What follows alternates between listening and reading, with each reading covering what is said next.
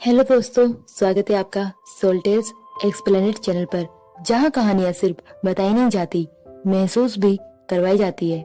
Drama की शुरुआत में हम एक फैमिली को देखते हैं, जहां सारे फैमिली मेंबर्स के वार्ड पर मौजूद होते हैं। अचानक ग्रैंडमा घबराई हुई और चिल्लाते हुए वहां आती है। कहती है कि मेरी ग्रैंड डॉटर तो बिल्कुल ठीक थी, जरूर किसी ने जानबूझकर उसे मार डाला। तभी अंकल गुस्से में बोलते हैं कि अब बस करो, वो बीमारी से मरी है, ऐसे किसी पर झूठा इल्जाम मत लगाओ। इतना कहकर वो ग्रैंडमा को धक्का दे देते हैं। जियो अपनी ग्रैंडमा के पास जाती है उन्हें संभालने के लिए, लेकिन उसका हाथ उनके आर पार निकल जाता है। असल में वहाँ सभी लोग जियो की कब्र पर आए हुए थे। जियो हैरान होती है और फिर उसे याद आता है कि कुछ समय पहले वो ऑपरेशन थिएटर में थी। वो हान को देखती है जो जबरदस्ती उसका ऑपरेशन करवा रहा होता है। जियो मना करती है, लेकिन हान उसकी बात अनसुनी कर देता है और उसी ऑपरेशन की वजह से उसकी मौत हो जाती है। जियो गुस्से में है क्योंकि उसे कभी अंदाजा नहीं था कि हान का अपनी सेक्रेटरी जेसी के साथ अफेयर चल रहा है। अफेयर तक तो वो बर्दाश्त कर लेती, लेकिन उसने जियो की जान ले ली। ये सोचकर वो ठान लेती है कि भूत बनकर इन्हें सजा देगी। इतने में वो होश में आती है और खुद को हॉस्पिटल रूम में पाती है। सामने मिस्टर गो बैठे होते हैं जो उसे उन दवाइयों के बारे में बताते हैं जिन्हें हमेशा हान उसे लेने को कहता था। वो बताते हैं कि इन मेडिसिन के बहुत बुरे साइड इफेक्ट्स हैं, इसलिए अब इन्हें खाने की कोई जरूरत नहीं है, और वो सारी दवाएं डस्टबिन में फेंक देते हैं। जियो जानती है कि मिस्टर गो उसके डैड के दोस्त का बेटा है और दोनों बचपन से एक दूसरे को जानते हैं। यहाँ तक कि उनके डैड चाहते थे कि जियो और मिस्टर गो की शादी हो जाए, लेकिन ऐसा कभी हो नहीं पाया क्योंकि जियो पहले से ही हान को पसंद करती थी। अब उसने तय कर लिया है कि इस बार वो गलत इंसान पर भरोसा नहीं करेगी। जैसे ही मिस्टर गो जाने लगते हैं, जियो उन्हें गले लगा लेती है और कहती है कि मैं तुम्हारी लाइफ, तुम्हारी ताकत और तुम्हारे बारे में बहुत क्यूरियस हूँ। इसके बाद दोनों जियो के बेडरूम में चले जाते हैं। मिस्टर गो को उम्मीद नहीं थी कि जियो इतने करीब आने की कोशिश करेगी, इसलिए वो उसे दूर कर देता है और कहता है कि इन बातों पर अच्छे से सोचना चाहिए। जियो कहती है कि चाहे मैं कई बार सोच लूं, मेरा फैसला नहीं बदलेगा। इसके बाद उनके बीच किस शुरू हो जाती है। इसी बीच हान का फोन बार बार आता है, लेकिन जियो उसे इग्नोर कर देती है। धीरे धीरे वो किस मेकआउट में बदल जाता है। तभी हान फिर कॉल करता है और जियो को मिड स्मो की बर्थडे पार्टी में बुलाता है। जियो कहती है कि ठीक है, अगर तुम मुझे 5 लाख यान दोगे तो मैं आऊंगी।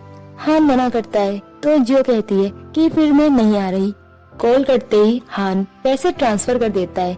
जियो मुस्कुराकर कहती है कि अब मैं पार्टी में आकर तुम्हें मजेदार गॉसिप दूंगी। हम देखते हैं कि मिस्टर गो नहाने के बाद आता है और उसे जियो का नेकलेस मिलता है। तभी उसे पिछले जन्म का वो सीन याद आता है जब जियो की हैरान कर देने वाली मौत हुई थी। इस बार वो ठान लेता है कि जियो के साथ वैसा कुछ नहीं होने देगा क्योंकि यूनिवर्स ने उसे दूसरा मौका दिया है। दूसरी ओर जियो बर्थडे पार्टी में पहुंचती है, जहां रेंज उसे ताने मारती है कि इस बार भी तुम खाली हाथ आई हो। बाकी लोग भी उसे चिढ़ाते हैं। तभी जियो ड्रामा शुरू कर देती है। कहती है कि सुबह से रात तक मैं हॉस्पिटल में रहती हूँ। मेरी बहन की हालत तुम सबको पता है। मुझे अपना ब्लड डोनेट करना पड़ता है और बतौर इस फैमिली की अडॉप्टिव डॉटर मैं और क्या कहूँ।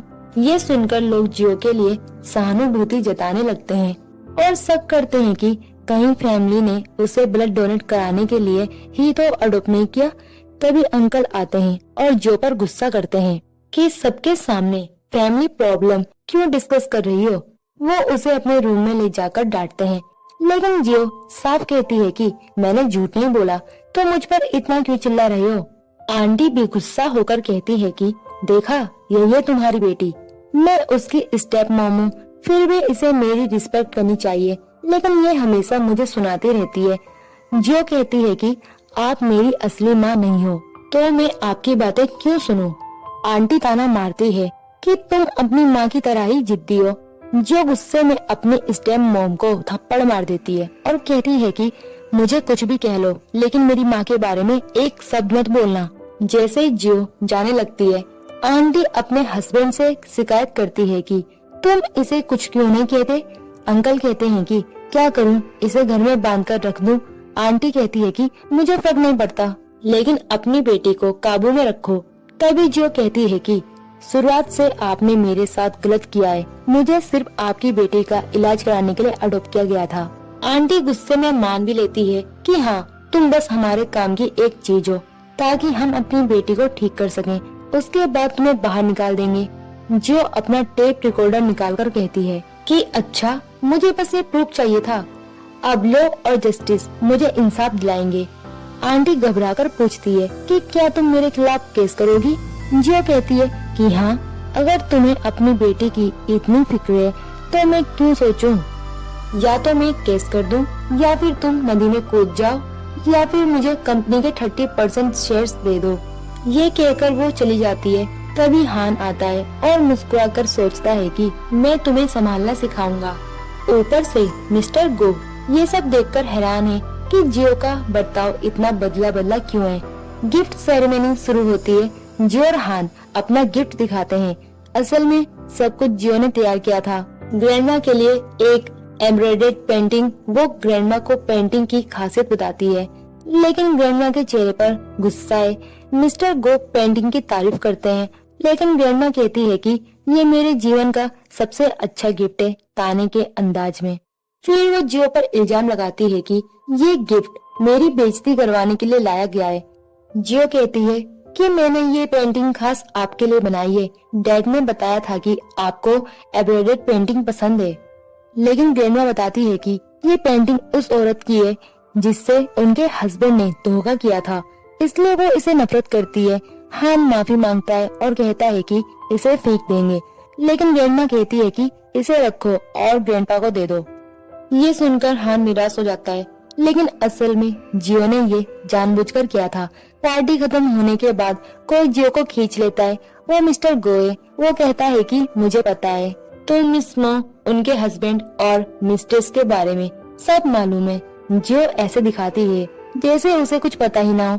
मिस्टर गो उसकी खोई हुई इयररिंग लौटाता है, तो जियो कहती है कि ये तो बस मुझसे मिलने का बहाना है, तुम मुझे मिस कर रही हो। दोनों करीब आते हैं, लेकिन तभी हान की आवाज आती है और मिस्टर गो चला जाता है।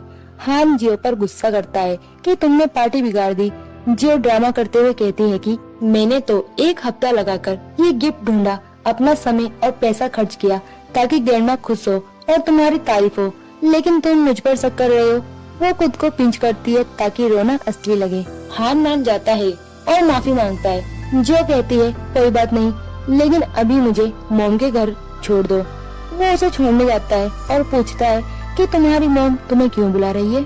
जियो कहती है कि पता नहीं, तुम ये रुको। वो आंटी से कहती है कि लगता है आपने नदी में कूदने वाला ऑप्शन चुना है। आंटी कहती है कि टेप रिकॉर्डिंग दे दो, वरना तुम्हारी जिंदगी बर्बाद हो जाएगी। जियो पहले कॉन्फिडेंट रहती है, फिर घबराने का नाटक करती है। आंटी हंसकर कहती है कि मैं भले ही तुम्हारी असली माँ नहीं हूँ, लेकिन दिमाग रखती हूँ। वो एक गुंडे को बुलाती है जो जियो के गले पर चाकू रख देता है। आंटी हंसते हुए कहती है कि अब टेप मेरी होगी, लेकिन तभी पुलिस आ जाती है। जियो को पहले से पता था कि वो आने वाली है। पुलिस उन्हें पकड़कर ले जाती है और मिस्टर गो सोच में पड़ जाता है कि जियो इतनी रिस्की कैसे हो सकती है। हॉस्पिटल में हान अंकल पर गुस्सा करता है कि जियो के साथ ये सब कैसे हुआ। अंकल माफी मांगते हैं और जियो को पैसे देकर कहते हैं कि अपनी माँ के खिलाफ केस मत करना, वरना उन्हें जेल हो जाएगी।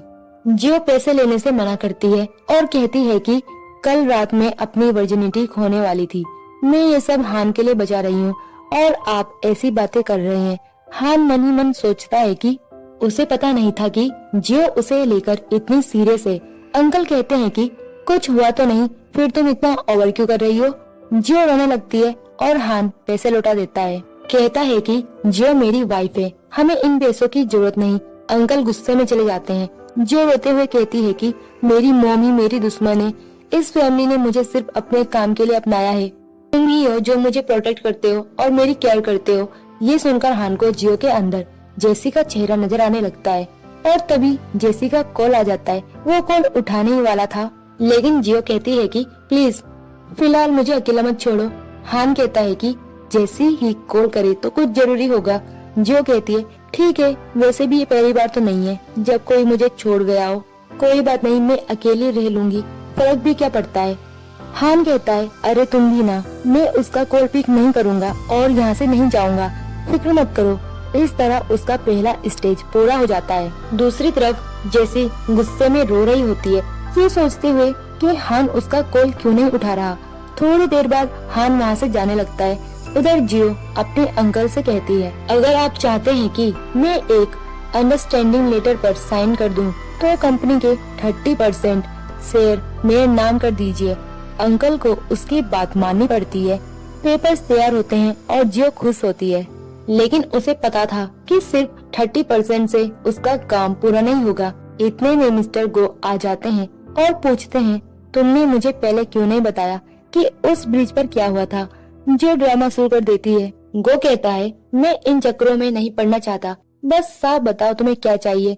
जो बेस्ट लॉयर का नंबर मांगती है। गो नंबर देने लगता है और पूछता है आखिर करना क्या चाहती हो। जो अपना प्लान छुपाकर उसे किस कर देती है और लॉयर से मिलने चली जाती है। लॉयर उसे देखते ही पहचान जाता है, क्योंकि पहले ही मिस्टर गो और लॉयर में बात हो चुकी थी। मिस्टर गो ने लॉयर से संपर्क कर लिया था ताकि जियो की सुरक्षा और आगे की तैयारी हो सके। इसके बाद अंकल अपनी वाइफ से जेल मिलने जाते हैं। आंटी पीछे से जियो को देखती है और गुस्से में चिल्लाने लगती है। जियो कहती है ठीक है मैं चली जाऊंगी, लेकिन आपको बाहर कौन निकालेगा। जियो को रुकना पड़ता है। तभी जियो का लॉयर आता है और आंटी के खिलाफ और इल्जाम लगाकर कहता है कि अब वो जिंदगी भर जेल में रहेंगी। असल में जियो ने ही लॉयर को ऐसा करने को कहा था। दूसरी तरफ हान जेसी से कहता है वो लड़की अब मुझ पर भरोसा करने लगी है, बस एक बार तुम्हारा हार्ट ट्रांसप्लांट हो जाए फिर हम खुलकर साथ रहेंगे। जेसी उसे देख रही होती है, तभी जियो की आवाज आती है।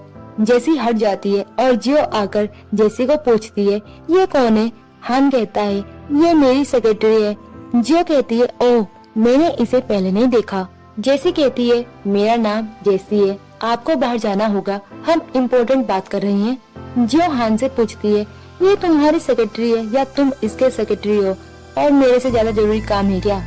हान कहता है तुम ही जरूरी हो, काम बाद में कर लेंगे। जियो जेसी से कहती है तुम सेक्रेटरी हो, जाओ मेरे लिए कॉफी लाओ और ध्यान रखना कड़वी कॉफी चाहिए। जेसी गुस्से में लेकिन कॉफी बनाने चली जाती है। थोड़ी देर बाद जेसी कॉफी लाती है। फ्लैशबैक में दिखता है कि उसमें थूका था। जियो कहती है तुमने आइस कॉफी लाई है, मुझे कैपुचिनो चाहिए था, पर कोई बात नहीं तुम ही पी लो। जेसी कहती है मैं कॉफी नहीं पीती। जियो कहती है तो मेरा हान पी लेगा। हान मजबूरी में पी लेता है और सब जानकर उसे उल्टी जैसा लगता है। जेसी कहती है छोड़ो मैंने तुम्हारे लिए बर्थडे केक लाया है। रात में जियो कॉल करके रोने का नाटक करती है, जल्दी आओ यहाँ गड़बड़ हो गई है। हान जेसी के पास से जाने लगता है। जेसी कहती है आज तुम्हारा बर्थडे है मत जाओ। वो कहता है सॉरी जाना पड़ेगा। घर पहुंचकर हान देखता है कि जियो केक के साथ इंतजार कर रही है। हान कहता है तुम मुझसे झूठ बोल रही थी। जियो कहती है मैं तो तुम्हें सिर्फ सरप्राइज देना चाहती थी, देखो हाथ जल गए फिर भी केक बनाया। हान कहता है थैंक यू। जियो कहती है थैंक यू से नहीं, पूरा केक खाओ तभी माफ करूंगी। हान खा लेता है। जियो फोटो लेकर ऑनलाइन पोस्ट करती है। जेसी पोस्ट देखकर गुस्से में आ जाती है। मिरर में जेसी बार बार कॉल करती है। जियो पूछती है कौन कॉल कर रहा है। हान कहता है कोई नहीं और कॉल लॉग डिलीट कर देता है। जियो समझ जाती है कि कुछ गड़बड़ है। बाहर आकर हान जेसी से कहता है कॉल मत करो, जियो को शक हो गया है, कुछ दिन दूरी रखनी होगी। जेसी पूछती है ब्रेकअप करना चाहते हो। हान कहता है नहीं, बस ब्रेक चाहिए, सब ठीक हो जाएगा तो डॉक्टर से बात करके सब अरेंज कर दूंगा। तभी जियो बुलाती है और वो चला जाता है।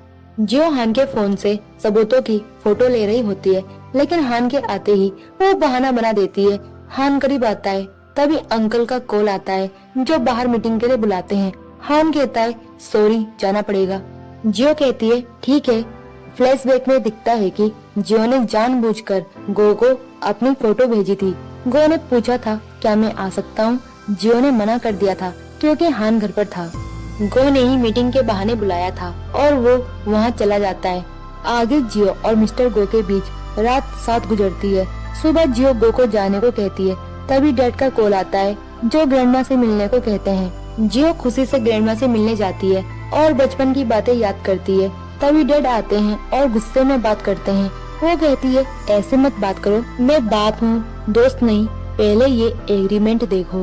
अंकल बताते हैं कि ग्रैंडमा ने गांव वालों को दवाइयाँ दी जिससे उनकी तबीयत बिगड़ी और अब उन पर केस है। अगर वो चाहती है कि ऐसा ना हो तो अपनी स्टेप मॉम को जेल से छुड़ाए। जियो समझ जाती है कि ये सब डैड की चाल है। तभी मिस्टर गो आते हैं लॉयर के साथ। वो बताते हैं कि रिपोर्ट्स में गड़बड़ी हुई थी, असल में किसी को नुकसान नहीं हुआ, इसलिए ग्रैंडमा जेल नहीं जाएगी। फिर न्यूज में खबर आती है कि जियो के डैड अपनी वाइफ को धोखा देते रहे हैं। डैड को हार्ट अटैक आ जाता है और उन्हें हॉस्पिटल ले जाया जाता है। डॉक्टर बताते हैं कि उनका शरीर पैरालाइज हो गया है। डॉक्टर के जाते ही जियो उनका ऑक्सीजन मास्क हटाकर कहती है, ये तो बस शुरुआत है, मैं किसी को नहीं छोड़ूंगी। तभी कॉल आता है और वो चली जाती है। मिस्टर गो को शक होता है कि जियो खुद ही बदला ले रही है। दूसरी तरफ जियो अपनी दोस्त मिनी से मिलती है। मिनी बताती है कि जेसी के 2 बॉयफ्रेंड है, एक हान और एक अमीर आदमी। हान से उसे हार्ट मिलेगा और अमीर बॉयफ्रेंड से ऑपरेशन के पैसे। जियो को याद आता है कि कैसे पहले उसे बुलाकर बेहोश किया गया था और हार्ट ट्रांसप्लांट के लिए ले जाया गया था। जियो कहती है इन दोनों को खत्म करना होगा, लेकिन पहले बॉयफ्रेंड को सच्चाई पता चलनी चाहिए। वो तीनों को आते देखती है। जेसी का पेट मुड़ जाता है और हान मदद करता है। ये देखकर जियो को अच्छा नहीं लगता। अगले दिन उनकी फोटो खींची जाती है।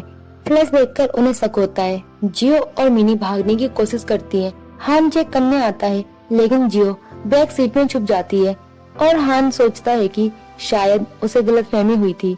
फिर वहाँ से वो चला जाता है। मिनी कहती है कि अब तो हमारे पास सबूत भी मौजूद है।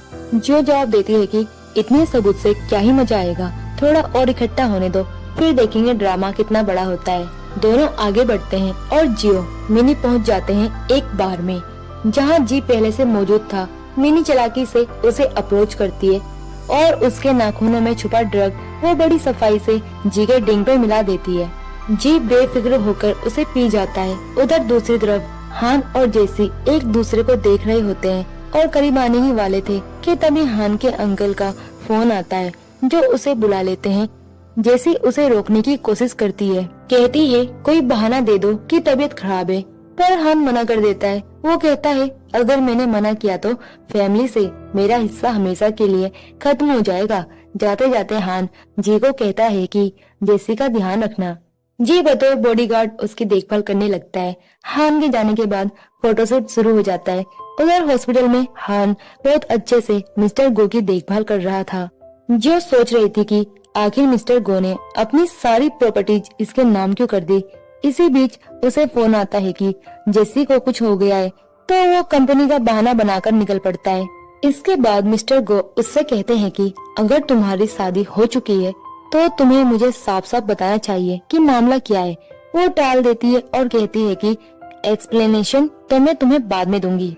फिर कार में जाते हुए वो कहती है तुम्हें नहीं लगता कि ये अजीब है कि तुम अपने ही भतीजे की बीवी पर लाइन मार रहे हो।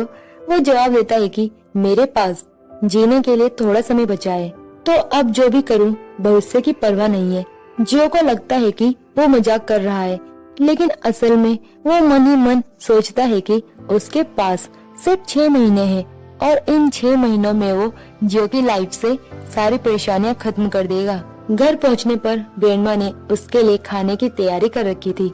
जियो अब भी मिस्टर गो की बातों के मतलब में उलझी थी। ग्रैंडमा समझ जाती है कि वो किसी गहरी सोच में है और बातचीत में जो मिस्टर गो का जिक्र कर देती है।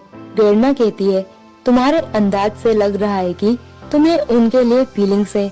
जियो कहती है मुझे खुद नहीं पता, मैं कंफ्यूज हूँ। ग्रैंडमा सलाह देती है कि उसे लंच या डिनर पर बुलाओ, बाकी हम देख लेंगे।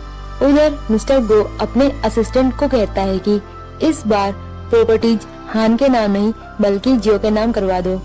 जो डॉक्टर से मिलने जाती है जो हार्ट ट्रांसप्लांट की तैयारी कर रहा था, वो उसके खिलाफ गैर कानूनी सबूत इकट्ठा कर लेती है। डॉक्टर माफी मांगता है। वो कहती है जैसा मैं कहूँ वैसा करो तो कोई दिक्कत नहीं होगी।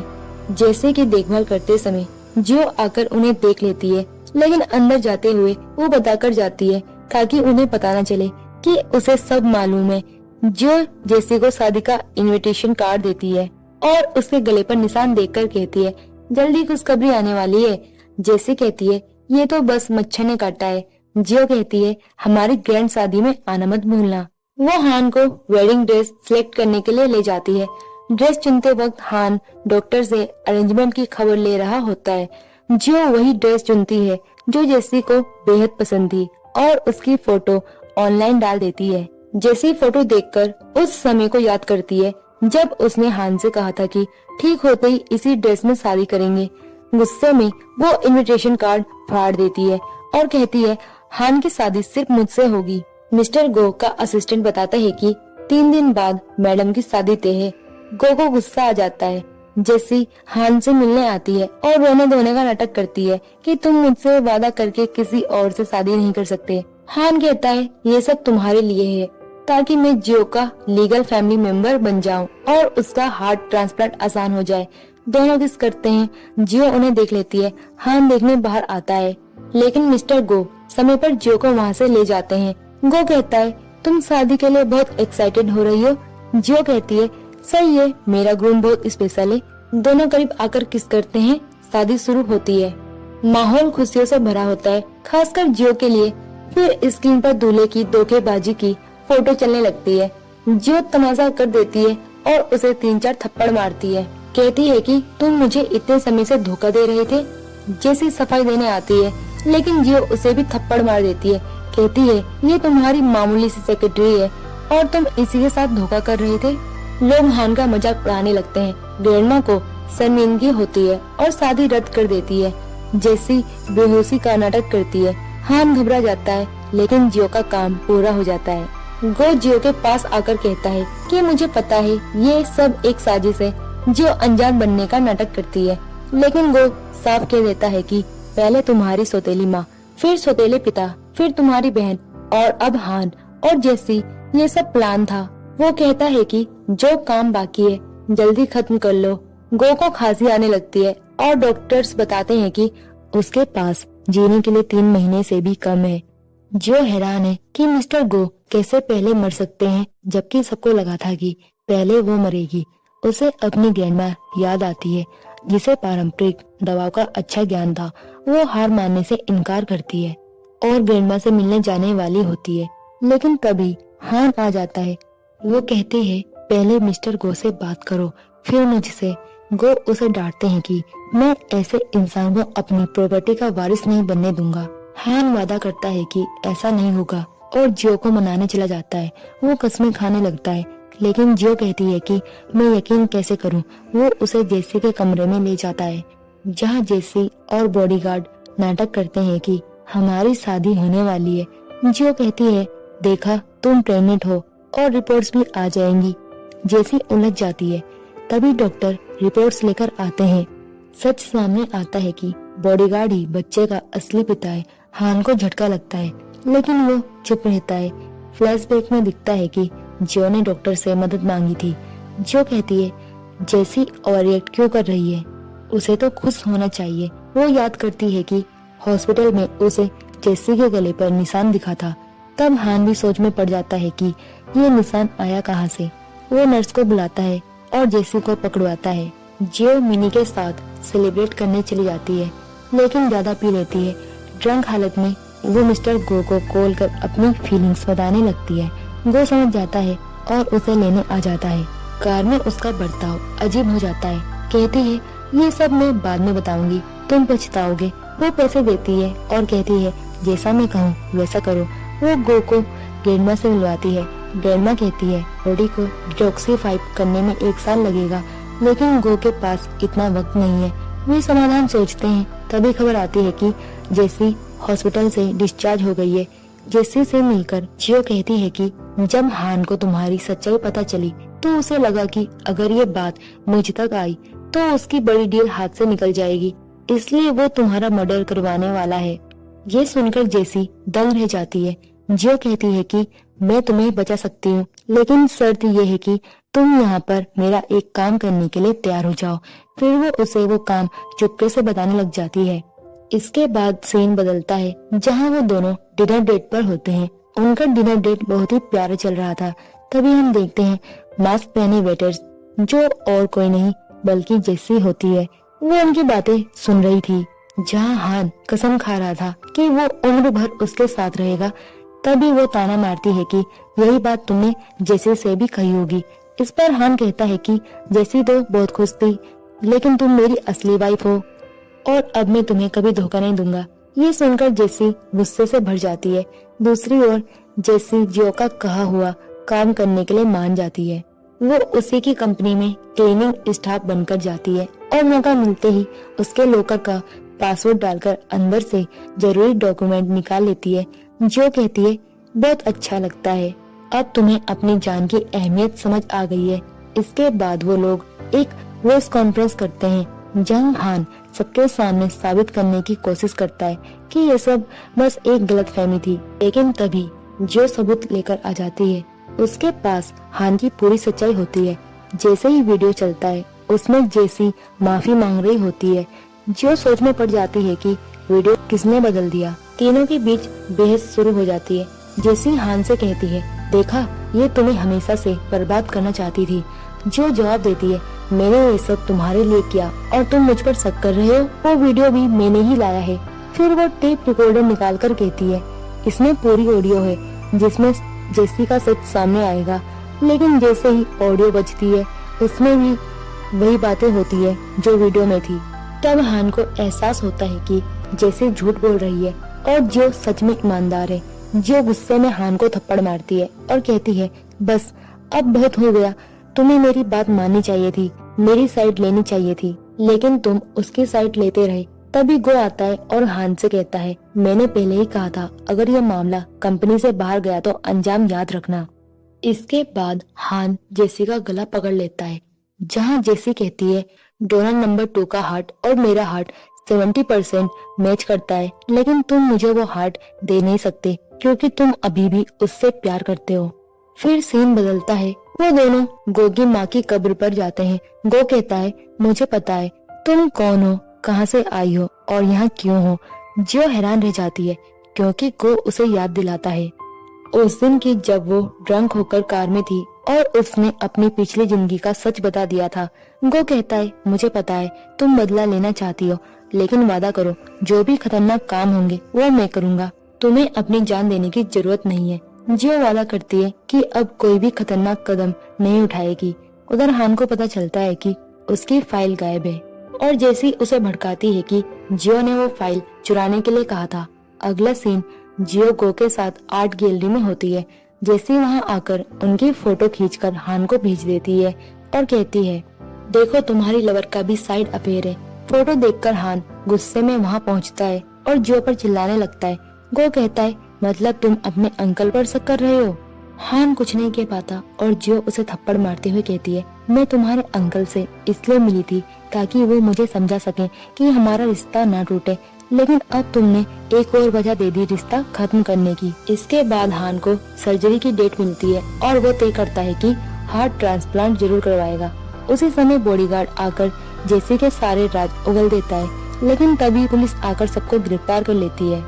जियो को याद आता है कि उसकी पिछली जिंदगी में वो इसी जगह पर मरी थी, लेकिन इस बार वो बच गई है।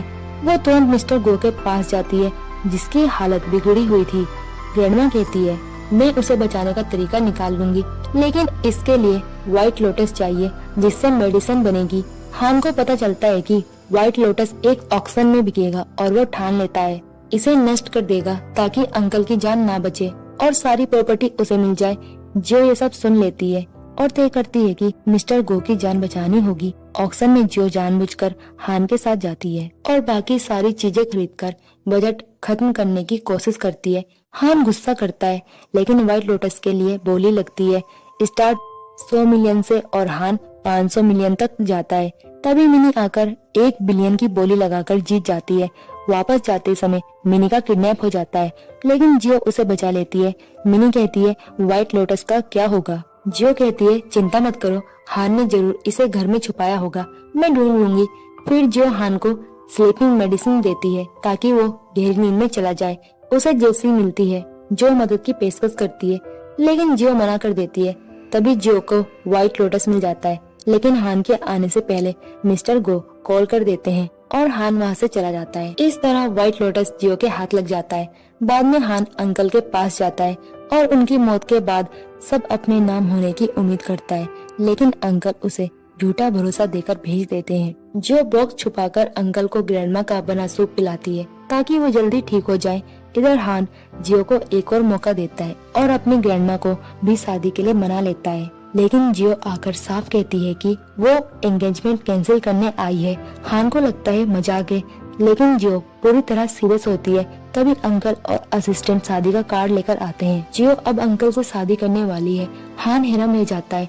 गो गुस्से में कहता है अंकल जल्दी मरने वाले हैं। जियो कहती है क्यों नहीं जिएंगे, डॉक्टर पूरी कोशिश कर रहे हैं। तभी हान कबूल करता है कि उसने उन्हें जहर दिया है। अंकल कहते हैं मुझे पहले से पता था, लेकिन तुम इतनी गिरावट पर उतरोगे ये सोचा नहीं था। इसके बाद हान नाटक करके ग्रैंडपा को किडनैप कर लेता है और कंपनी अपने नाम कराने के लिए मजबूर करता है।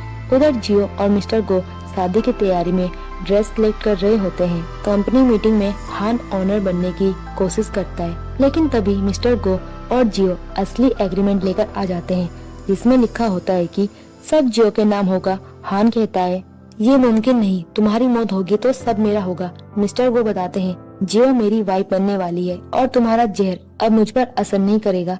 जैसी भी आती है, लेकिन पुलिस आकर हान को गिरफ्तार कर लेती है। मिस्टर गो जियो को कंपनी का नया मालिक घोषित करते हैं। हालांकि मिस्टर गो की हालत बिगड़ जाती है और ग्रैंडमा कहती है कि दवा असर करने में वक्त लेगी। जियो हान से जेल में मिलने जाती है, लेकिन कहती है अब तुम्हें उम्र भर जेल में सड़ना है। आखिरकार महीनों बाद मिस्टर गो ठीक हो जाते हैं और जियो खुश हो जाती है। फिर कुछ महीनों बाद हम आखिरकार उनका शादी का खूबसूरत लम्हा देखते हैं, जहां वो अब आधिकारिक रूप से हस्बैंड और वाइफ बन चुके होते हैं। और इसी के साथ कहानी खत्म हो जाती है, जहां जियो को न सिर्फ अपना बदला मिलता है, बल्कि अपनी जिंदगी का सच्चा प्यार भी मिल जाता है। वीडियो पसंद आया हो तो लाइक करना ना भूलें, सब्सक्राइब करें सोल टेल्स एक्सप्लेनेड चैनल को और बेल आइकन दबाएं ताकि आपको हर नई कहानी की नोटिफिकेशन सबसे पहले मिले। वीडियो को अपने दोस्तों के साथ शेयर करें और अगर आप और भी ऐसे ही ड्रामा देखने चाहते हो तो मेरे चैनल में जाकर आप देख सकते हो और नीचे कमेंट करके बताएं कि आपको सबसे ज्यादा इमोशनल मोमेंट कौन सा लगा। और मिलते हैं नेक्स्ट वीडियो में एक नई कहानी के साथ।